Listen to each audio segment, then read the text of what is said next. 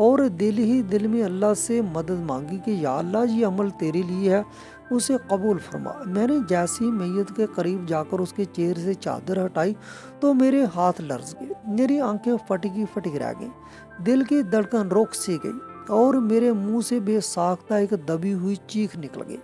مجھے اپنے قدموں کے نیچے زمین خسکتی محسوس ہوئی اور میری سانس جیسے سینے میں اٹک گئی۔ میں نے جو چہرہ دیکھا وہ میرے ماضی کا ایک ایسا صفحہ تھا جسے میں برسوں سے پلٹنا نہیں چاہتا تھا۔ وہ چہرہ زاہد کا تھا، جی ہاں زاہد، وہی زاہد جو میرا بچپن کا سب سے قریبی دوست تھا، جس کے ساتھ میں نے گلیوں میں کھیل کود کر بچپن گزارا تھا، وہی زاہد جس کے ساتھ اسکول کے دنوں میں دوپہر کی روٹیاں بانٹی تھیں، وہی زاہد جس کے ساتھ کبھی زندگی کے خواب بنے تھے، لیکن پھر وقت کی آندیاں ہمیں جدا کر گئیں، ہماری راہیں الگ ہو گئیں۔ زاہد دنیا کے رنگوں میں کچھ اس طرح کھویا کہ دوستی کے رشتے بھی بھول بیٹھا۔ برسوں بیت گئے، نہ ملاقات ہوئی نہ خبر ملی، اور آج جب ملی تو یوں وہ چادر اوڑے میرے سامنے بے جان پڑا تھا۔ اس کا چہرہ وہی تھا لیکن زرد پڑ چکا تھا، آنکھیں بند تھی جیسے اب دنیا کی کسی روشنی کی طلب باقی نہ رہی ہو۔ میں کچھ لمحوں تک ساکت کھڑا رہا، میری زبان بند ہو گئی، میرے ہاتھ کانپنے لگے، میری آنکھوں میں وہ تمام پرانی یادیں گھوم گئیں جو زاہد کے ساتھ جڑی ہوئی تھی۔ میں نے اپنے اندر کے طوفان کو تھامنے کی کوشش کی، لیکن دل سے ایک ہی صدا آ رہی تھی، یا اللہ یہ کیا ہو گیا؟ یہ وہی زاہد ہے نا جس کے ساتھ میں نے جینے کے خواب دیکھے تھے؟ آج میرے ہاتھوں سے اسے دنیا کی مٹی کے حوالے ہونا ہے۔ کیا وقت نے ہمیں صرف اس لمحے کے لیے دوبارہ ملایا تھا؟ میں حیران بھی تھا اور غمگین بھی تھا، مگر سب سے زیادہ اس سوال نے مجھے گھیر رکھا تھا کہ آخر برسوں بعد مجھے کیوں اس کی میت کے قریب لایا گیا۔ کوئی راز تھا۔ زاہد کا مزاج شروع سے ہی تیز تھا، ہم سمجھتے تھے کہ شاید عمر کے ساتھ سنبھل جائے گا، مگر وقت کے ساتھ اس کا غصہ کم ہونے کے بجائے بڑھتا گیا، اس کی زبان میں تلخی آتی گئی، اس کے لہجے میں ایسی سختی آ گئی، کبھی کبھی مجھے اس پر حیرت ہوتی تھی۔ میں اس کا بچپن کا ساتھی تھا، وقت کے ساتھ کھیلنے والا تھا، لیکن کچھ ایسے ساتھ ہوتے ہیں جنہیں دوست بھی نظر انداز نہیں کر سکتے۔ زاہد اپنی ماں سے بات کرتا تو اس کے الفاظ میں نہ احترام ہوتا نہ محبت۔ ایک بار نہیں بارہا ایسا ہوا، میں نے اسے اپنی ماں پر چیختے چلاتے دیکھا، اس کی آواز میں ایسی سختی تھی جیسے کسی دشمن سے بات کر رہا ہو۔ ایک بار اس کی ماں نے اس کے لیے چائے بنائی، لیکن اس نے کپ کرایا، اسے چائے میں چینی کم لگی، وہ کوئی بات برداشت نہیں کرتا تھا، چھوٹی سی بات پر چیزیں پھینک دینا، دروازہ زور سے بند کرنا، برتن توڑ دینا۔ اس کا باپ ایک نرم دل انسان تھا، وہ خاموشی سے سب سہتا رہا، لیکن زاہد نے اس کی خاموشی کو کمزوری سمجھ لیا۔ باپ کی باتوں کا ہمیشہ جھٹلانا، اس کی رائے کو نظر انداز کرنا، سب کے سامنے بے عزتی کرنا اس کا عام رویہ تھا۔ محلے میں سب اسے بدتمیز اور گستاخ لڑکا کہتے تھے، کوئی اسے اپنی بچوں کے قریب دیکھنا پسند نہیں کرتا تھا، لوگ اس سے کتراتے تھے۔ میں نے کئی بار نرمی سے اسے سمجھانے کی کوشش کی، بیٹھ کر اسے حدیث سنائی، ماں باپ کی عظمت کے قصے سنائے، اسے بتایا کہ ماں باپ کی خدمت جنت کے دروازے کھولتی ہے، ان کی نافرمانی عذاب کا سبب بنتی ہے۔ میں نے اسے قرآن کی وہ آیتیں سنائی جن میں ماں باپ کے ساتھ حسن سلوک کا حکم دیا گیا، لیکن وہ ہر بار بس ہنس کر بات ٹال دیتا تھا اور کہتا بھائی تو استاد بن گیا ہے، مجھے نہ درس دیا کر، میں جو مرضی کروں، مجھے کسی کا خوف نہیں ہے۔ میں نے آخری بار جب اسے سمجھایا تو اس نے میرے سامنے کہا، میں کسی مولوی کی باتوں میں نہیں آتا اور مجھے کوئی سزا وغیرہ کا کوئی ڈر نہیں، نہ جنت کی خواہش ہے نہ دوزخ کا خوف۔ وہ یہ کہہ کر کہا لگا کر ہنسا اور میں اندر ہی اندر کانپ گیا۔ مجھے تب اندازہ نہیں تھا کہ وہ ایک ایسی راہ پر چل پڑا ہے جہاں سے لوٹنا شاید ممکن نہیں۔ میں نے دل میں دعا کی، یا اللہ اس کے دل کو ہدایت دے، کیونکہ جس کا دل ماں باپ کے لیے نرم نہ ہو اس کے دل میں کسی اور کے لیے نرمی کہاں سے آ سکتی ہے۔ زاہد کی ماں ایک نرم دل اور صابر عورت تھی، ان کی آنکھوں میں ہمیشہ ایک عجیب سی اداسی بسی رہتی تھی۔ جب بھی کبھی میں ان کے گھر جاتا یا راستے میں ملتا تو وہ مجھے روک کر بات کرنے لگتی اور اکثر باتوں کا اختتام آنسوں پر ہوتا۔ وہ میری طرف دیکھتی اور برائی ہوئی آواز میں کہتی، بیٹا زاہد اب وہ زاہد نہیں رہا جو تیرے ساتھ ہنسا کرتا تھا،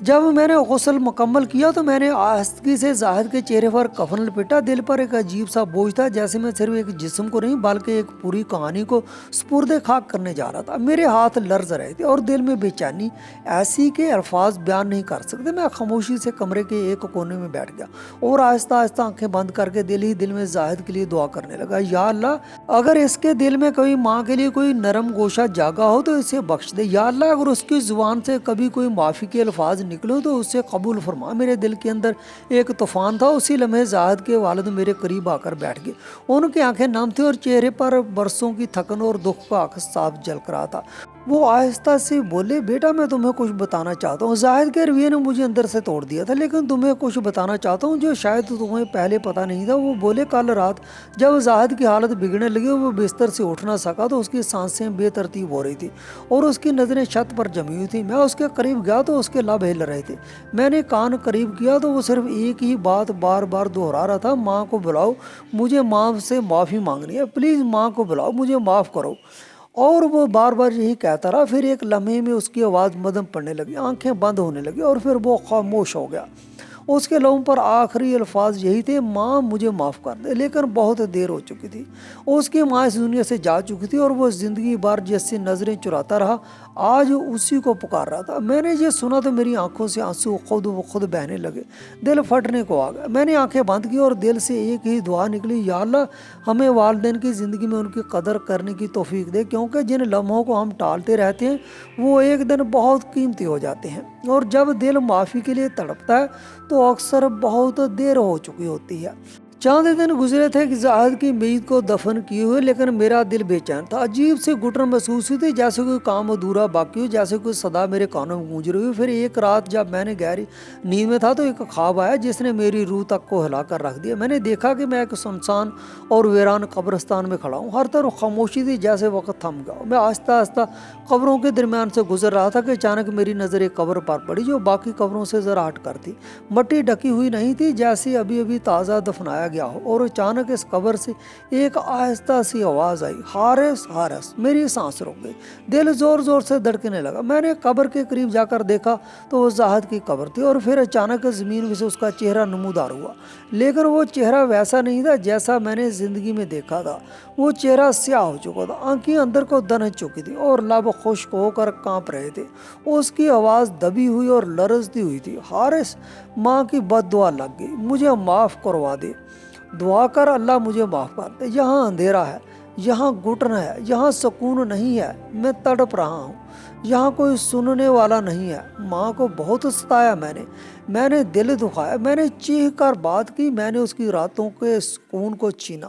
حارث دعا کر اللہ مجھے معاف کر دے۔ میں اس کے الفاظ سنتا رہا اور میرا دل کانپ رہا تھا۔ میں کچھ کہنا چاہتا تھا لیکن زبان بند تھی۔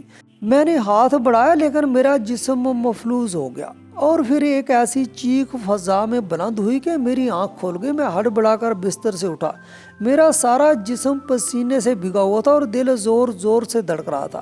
کمرہ تاریک تھا لیکن اندر کا اندھیرا اس سے کہیں زیادہ گہرا تھا۔ میں دیر تک وہیں بیٹھا رہا، پھر آنکھوں سے بے اختیار آنسو بہنے لگے۔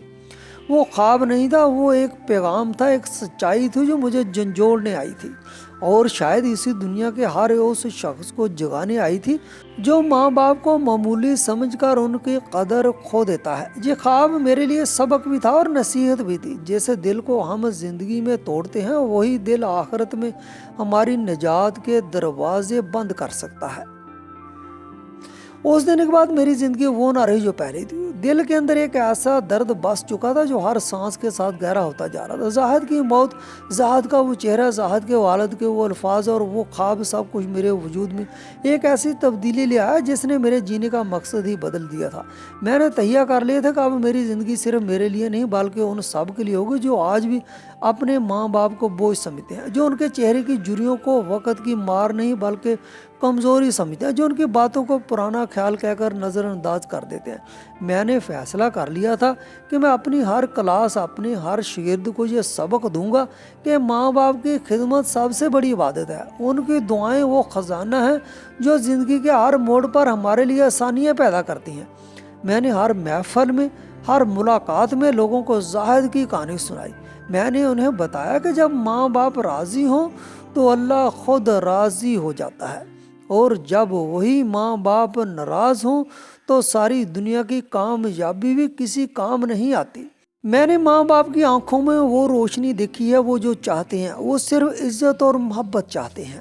زاہد کا جنازہ میرے لیے ایک پیغام بن گیا تھا، وہ پیغام جو ہر دل کو جوڑنے کے لیے کافی ہے، وہ پیغام جو ہمیں یہ سکھاتا ہے کہ ماں باپ کو آخری وقت میں یاد کرنا کافی نہیں ہوتا، ان کی زندگی میں ان کے قدموں میں بیٹھنا ضروری ہوتا ہے، ان کے دکھ سکھ میں شریک ہونا ضروری ہوتا ہے۔ میں نے دل سے دعا مانگی، یا اللہ میرے والدین کو سلامت رکھنا اور مجھے ان کی خدمت کی توفیق دینا، کیونکہ اب میں جان چکا تھا کہ زندگی کا اصل سکون ان کی خوشی میں چھپا ہے، اور جو لوگ ان کی ناراضی لے کر دنیا سے رخصت ہوتے ہیں ان کے لیے قبر بھی پرسکون نہیں ہوتی۔ زاہد کی میت میرے ہاتھوں سے غسل پا کر اپنی آخری منزل کی طرف روانہ ہو گئی، لیکن جو سبق وہ مجھے دے گئے وہ ایسا تھا جو نہ صرف میرے دل پر نقش ہو گیا بلکہ میری پوری زندگی کی سمت بدل کر رکھ دی۔ اس کے جانے کے بعد بھی اس کی خاموشی میں ایک ایسی صدا تھی جو ہر وقت میرے کانوں میں گونجتی رہی، اس کا وہ سیاہ چہرہ، اس کی وہ بے بسی بری فریاد کہ ماں کو بلا دو، میں معافی مانگنا چاہتا ہوں۔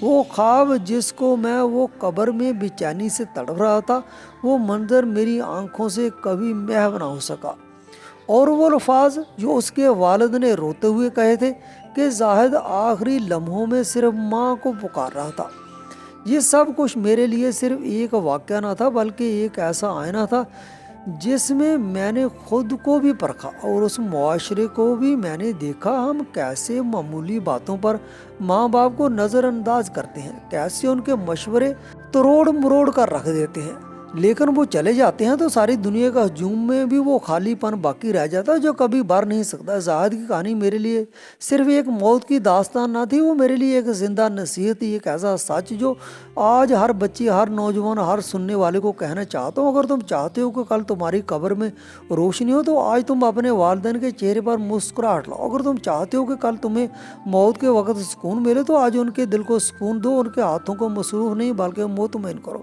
ان کے دعاؤں کو اپنا سرمایہ سمجھو، ان کے سایوں کو اپنی جنت جانو، کیونکہ جو لوگ جس جنت کو کھو دیتے ہیں ان کے لیے پھر کوئی دعا سکون نہیں بن سکتی۔ زاہد گیا، مگر جاتے جاتے مجھے سکھا گیا کہ ماں باپ کی رضا ہی اصل کامیابی ہے، اور جو اس رضا سے منہ موڑ لیتا ہے وہ دنیا میں بھی خالی رہتا ہے اور آخرت میں بھی تنہا رہ جاتا ہے۔ آپ نے کبھی ماں باپ کا دل دکھایا؟ کیا کبھی ان کی آنکھوں میں آنسو آپ کی کسی وجہ سے آئے ہیں؟ کیا کبھی آپ نے سوچا کہ ان کی خاموشی دراصل دل کی چیخ ہے؟ اگر ہاں تو ابھی وقت ہے، ابھی سانسیں باقی ہیں، ابھی دروازے کھلے ہیں۔ ماں باپ کی گود اب بھی جنت کا سایہ بن کر آپ کو بلاتی ہے، ان کے لبوں سے نکلی دعا آج بھی آسمان کی بلندیوں کو چھو سکتی ہے۔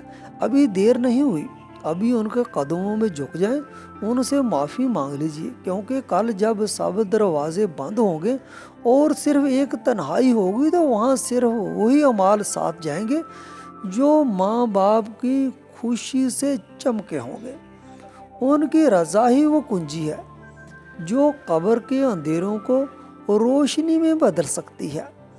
اگر آپ کو یہ کہانی دل کو چھونے والی لگی، اگر آپ کے دل میں کوئی لمحہ ایسا آیا جب آنکھ نم ہوئی یا دل نے سچ کو محسوس کیا، تو پلیز اس ویڈیو کو لائک اور شیئر ضرور کیجیے گا، کیونکہ یہاں کہانی صرف وقت گزاری نہیں ہوتی بلکہ روح کو جگانے والی روشنی ہوتی ہے۔ ہم پھر ملیں گے ایک نئی کہانی میں، ایک نئے